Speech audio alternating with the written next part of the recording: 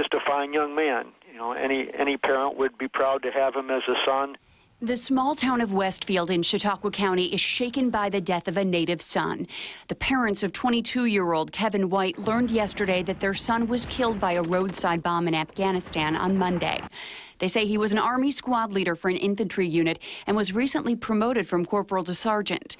At such a young age, he was an experienced soldier, and his pastor says he had survived an IED attack in his previous tour of duty in Iraq. He felt like God had protected him in a number of dangerous situations. He was deployed again just a month ago and was stationed east of Kabul near the Pakistan border. His pastor says Sergeant White was focused not on himself, but on the 4 men for whom he was responsible. He knew they were going into a very dangerous area. He had faced combat before. They had not.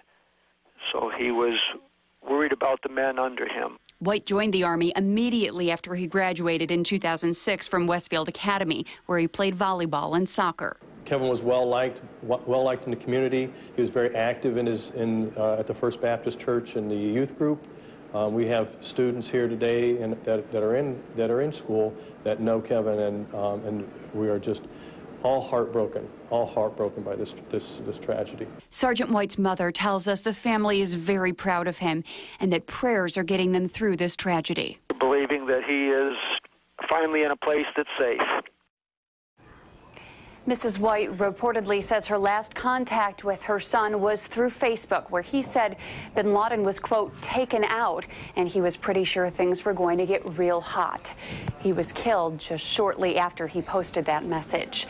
The Whites are leaving today for Dover Air Force Base to greet their son's final return home. Reporting live in the newsroom, Melissa Holmes, News 4 at noon.